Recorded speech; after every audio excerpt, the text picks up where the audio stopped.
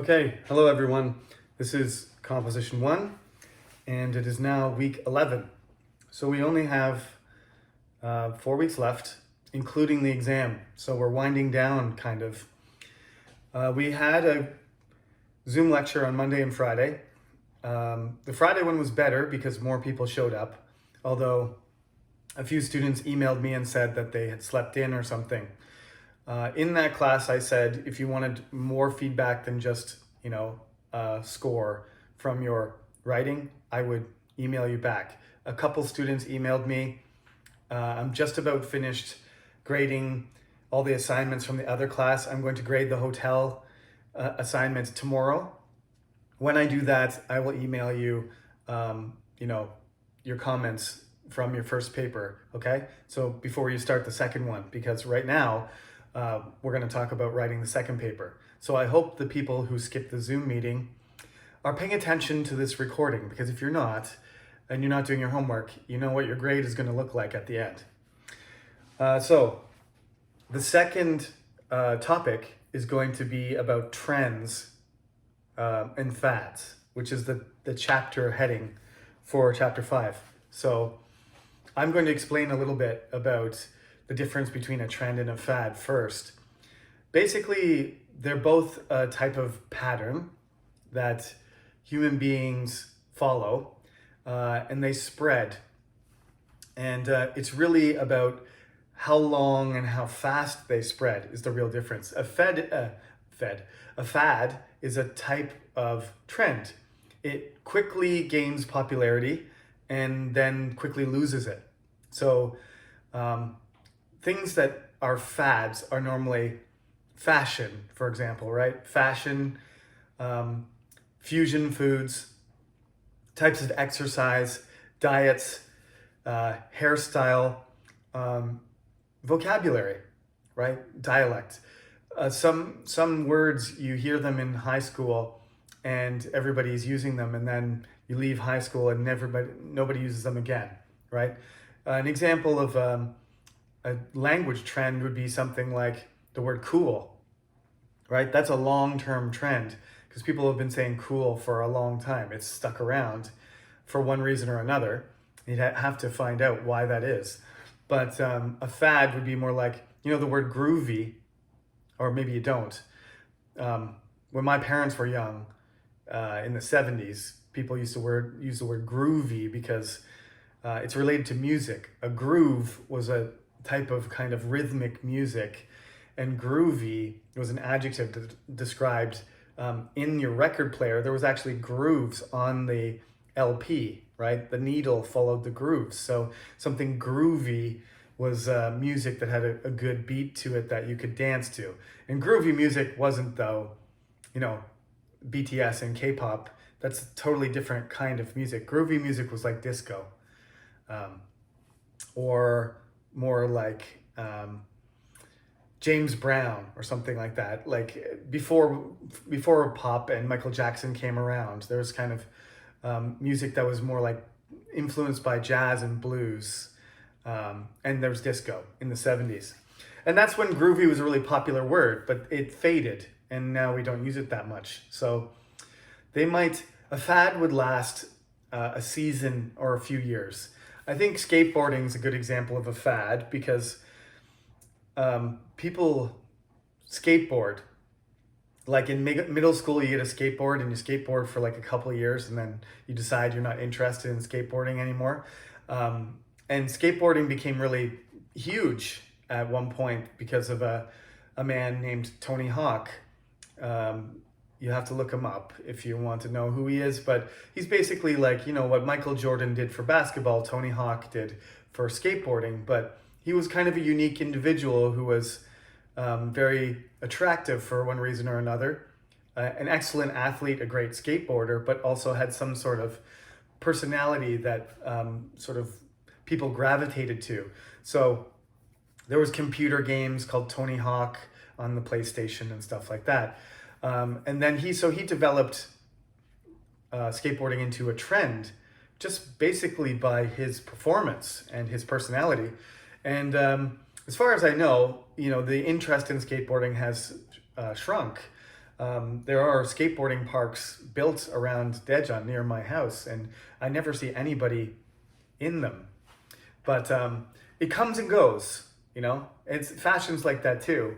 When I was young, everybody started wearing bell bottoms again, the type of jeans that kind of flare out at the bottom. We had boot cut and flares and bell bottoms. People were wearing them, and that's hippie clothing style. Bell bottoms were popular in the 60s, and then they weren't popular until the 90s. And then when I was in high school, people started dressing like hippies again. So that's a fad.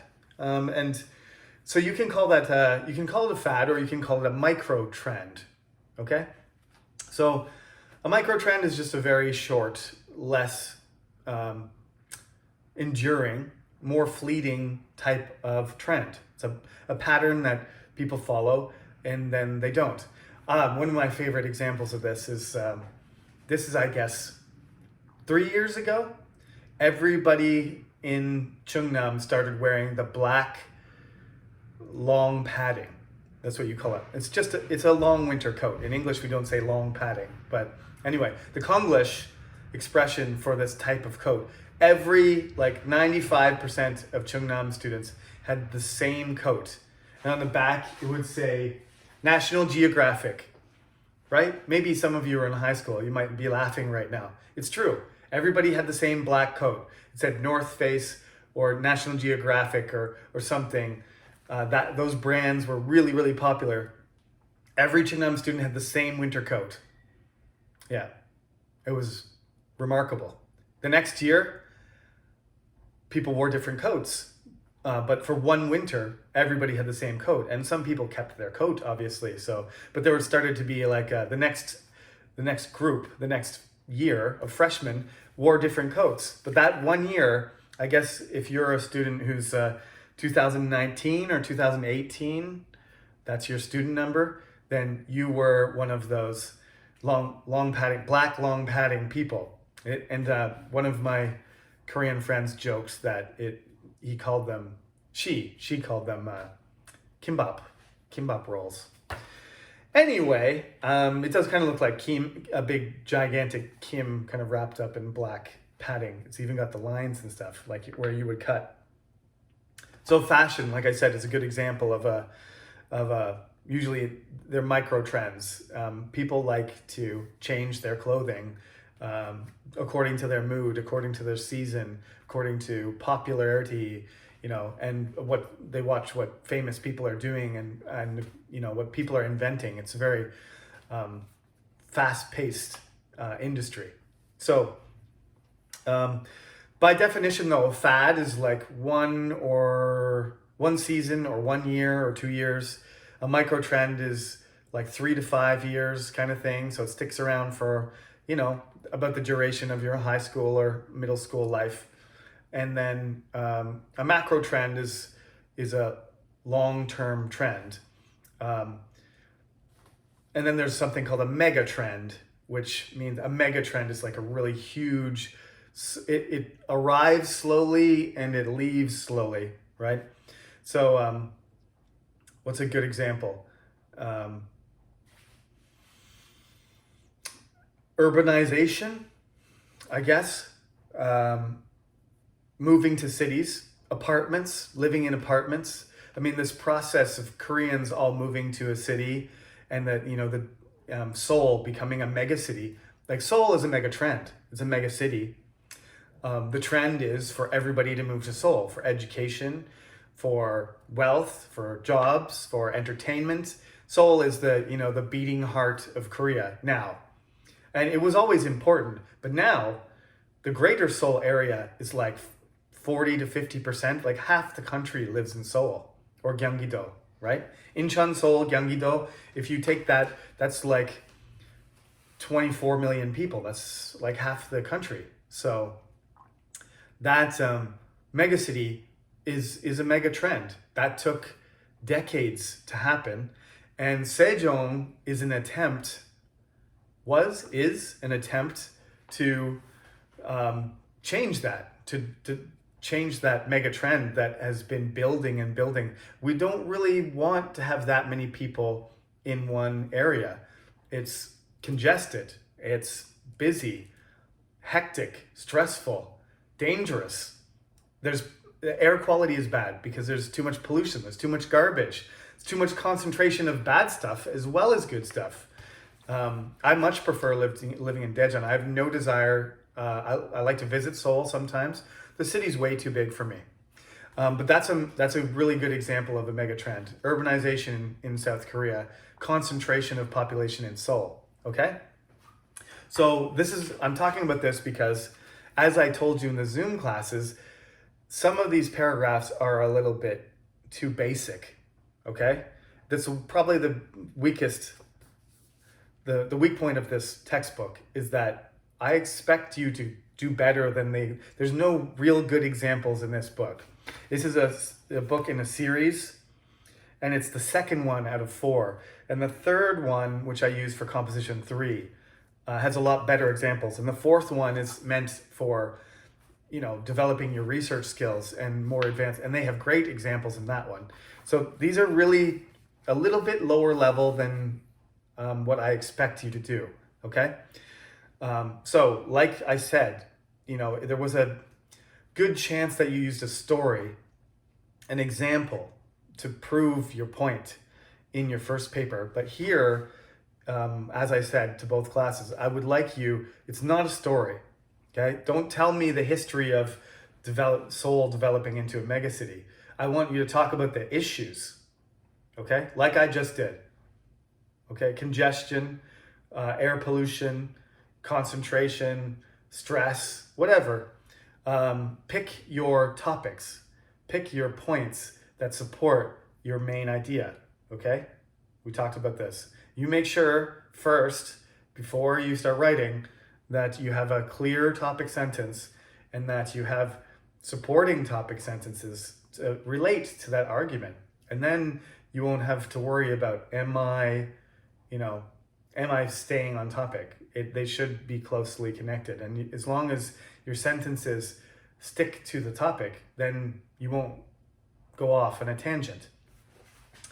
So that's what I want you to do. I want you to talk about, choose a trend, a mega trend, a micro or macro trend. You got three or four choices here, okay? Micro and macro trends I don't really care exactly about the definition, but just fads are very quick, right? Remember that. They don't stick around, and mega trends take a long time to develop and they take a long time to go away. That's essentially the difference, right? They're like glaciers. They move like 3 inches a year. So we'll just stick to the 3 kind of fads and then trends and mega trends. So there's kind of micro and macro trends in the middle, but don't worry about that too much. It's not really about being strict about the definition, just choosing, are you going to talk about something that came and went quickly, like a fad, or are you going to talk about something that's been around for a while, like a macro trend, or you can talk about a mega trend, which is like the Industrial Revolution, people driving cars, right? Electric cars. Are electric cars a macro trend or a mega trend? People expect it to be a mega trend, right? If you grow up and everybody's driving electric cars, the mega trend that is going away, that's diminishing, is the gas-powered combustion engine. And the reason is because we're killing ourselves burning gas to move our vehicles. So we're going to move in that direction. Society is moving in that direction for health reasons, for environmental reasons, right? For efficiency reasons and so on. So that would be a choice you could make too. Electric cars, mega trend. You can make that argument, okay? So focus on the things, the benefits and the advantages and disadvantages, the benefits and the demerits, the merits and demerits of the trend or the fad. And if you're talking about a fad and it really didn't catch on with something like, the long padding coats, then you can talk about what really happened. Why was it so temporary? Okay? Your choice, same format, Somebody did ask me about formatting. Somebody asked me about double spacing. I think I didn't answer that student's email yet. Like I said, tomorrow I'll get to it. But double spacing is very simple. You just write a line and then press enter twice, right? When you get to the next line, you skip one. There's a setting at the top. There's a page layout, tab at the top of your word processor, whether you're using Hangul or you should use Word because it's easier. It's built for English. It's much more comfortable. But anyway, there's a layout function for both programs. Go up there and there's a paragraph setting on that tab. You change the setting to double space. So it's line, space, line, space. That's what double spaced means. Single spaced is normal, every line. Double space is skip a line. There's also 1.5, which leaves half a line in between. That's fine too. 1.5 or 2. It's just easier to read. And I print them because I stare at my screen for 8 hours a day already. I don't need to stare at it for another X amount of hours when I prefer to use a red pen anyway. Okay, so that's it. That's the information about the second assignment. I will post, same thing, submit the file and post it on the Cyber Campus. I will put that up tomorrow as well. Okay, so Tuesday, everything will be updated. I should be able to share your grades with you, and the window for submitting the assignment should be open on the Cyber Campus too. Okay, let me just read what's in the book as well to add to what I said. So this is what they're going to tell you. I'll read it to you. A special look. This is about the trend or fad of piercing. Now, again, piercing has been around for a long time, but it being popular is different, right? So when everybody gets ears pierced, like I have a scar on my ear where I had an earring. When I graduated from high school, I had an earring in my ear. Lots of guys did. That was 1999. I don't know. It was a fad. I don't see any guys with earrings now, or very rarely, but that year, a lot of people did. I was just following what other people, I wasn't being different or setting a trend. I was just following a fad. My brother got one too, and lots of my friends had them when I went to university, and most of us took them out. So my ears all healed up, and I don't have it anymore. So that's I had it for less than a year, and most people took them out. So that would be a fad. All right. Now this is a very short paragraph, and you can see this is not a very good paragraph. So you need to make a better topic sentence than what's here. And there needs to be more supporting sentences. My best friend thinks I'm crazy. My father is sure I'll regret my decision. And my mother says I've been tricked by a fashion fad. However, I'm glad I got multiple piercings for my ears. That's the topic sentence. Because, right? Those first three sentences are just about the controversy. The third sentence is what she's going to explain. I got the idea from a photo in a magazine of a top model. She had a row of diamond studs in each ear, and it looked very elegant. Okay, first reason is influence, celebrity influence, and elegance. I like being able to wear several earrings at the same time. It's a way to express my personality. That's point number 2. I know that some people don't think that multiple piercings are attractive, but I am very pleased with this special look. As I told you, this is really too general. If you wanted to be specific, you can name this, you can do it easily.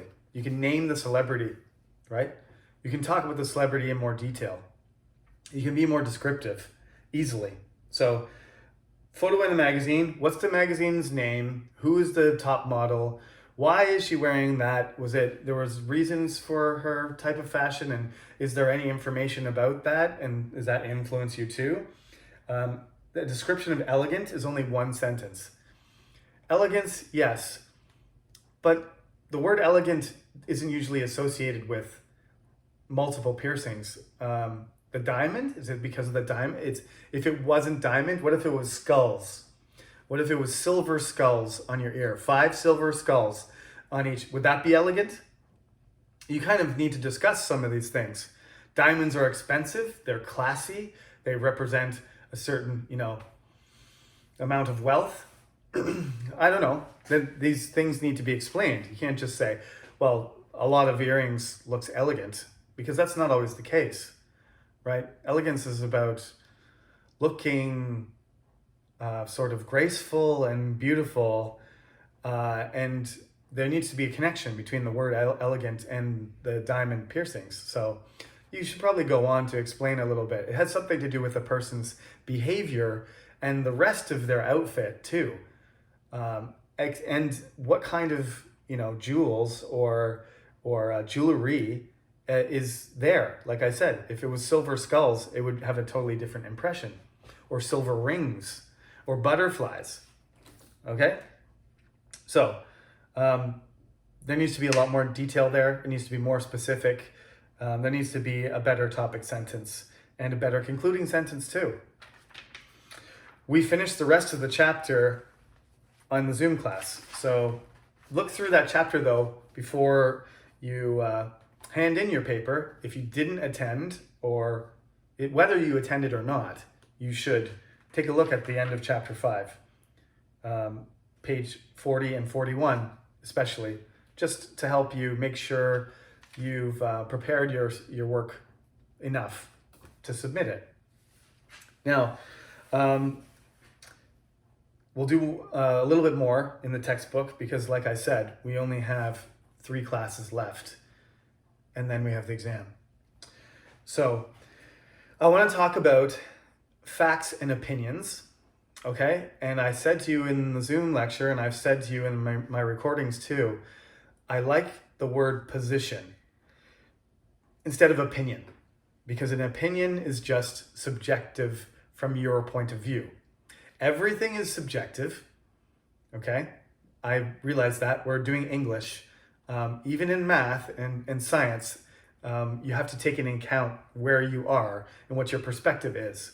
But I mean, 1 + 1 = 2. And that's a fact. That's not something you can argue against or dispute. And you can have an opinion about,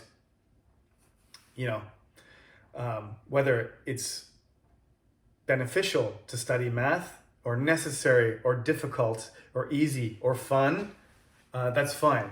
But if you're talking about math and you want to be convincing to everyone, just saying math is fun isn't going to go very far. Instead, you're probably going to have to say math is useful, right? And come up with some supporting arguments to why math is useful. Well, basically, math is good for your brain. Thinking is good for your brain. We know you need to exercise your brain.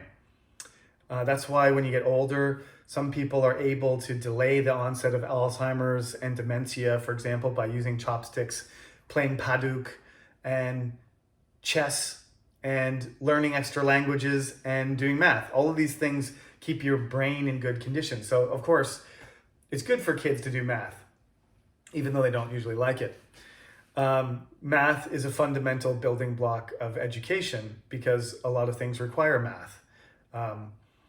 So this is something, traditionally, math is an essential part of your education. So that's going to continue to trend.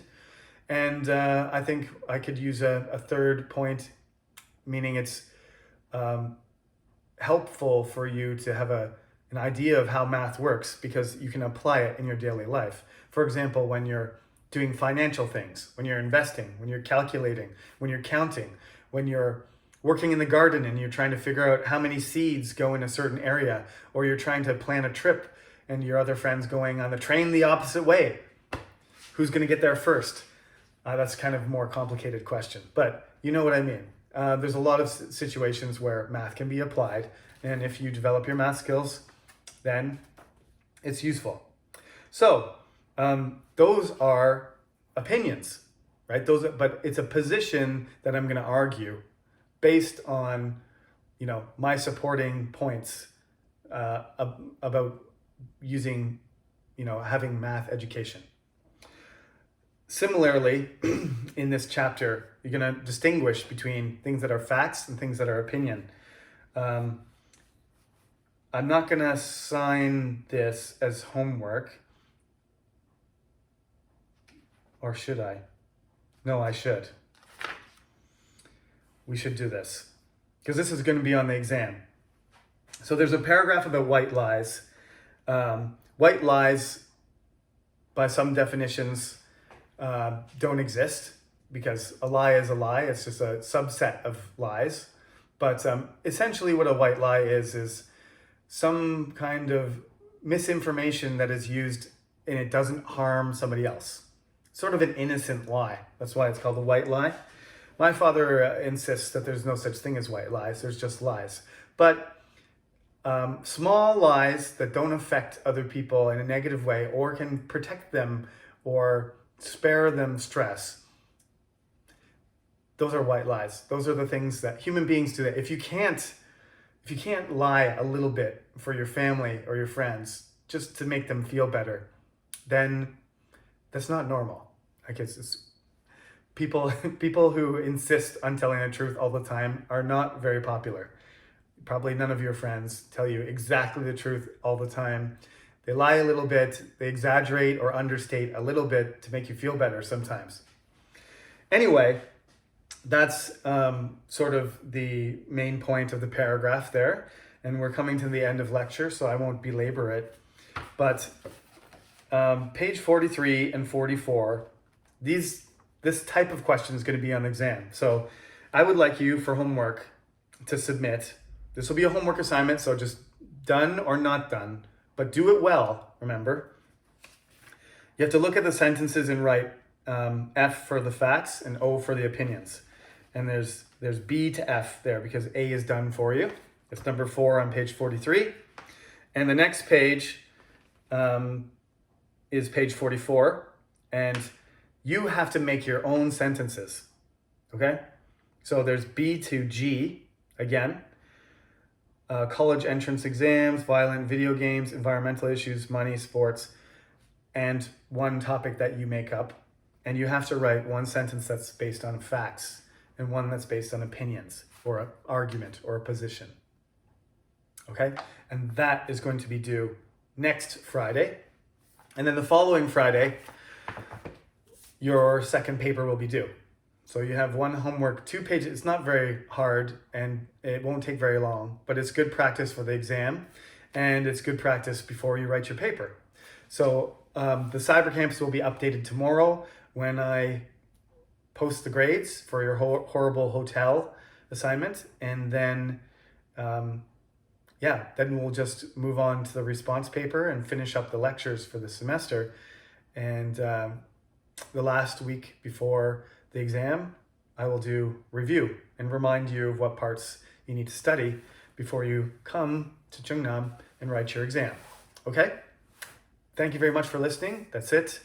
And this video will be linked along with the Cyber Campus updates on Tuesday, May the 11th. Okay. Have a nice day. See you next time.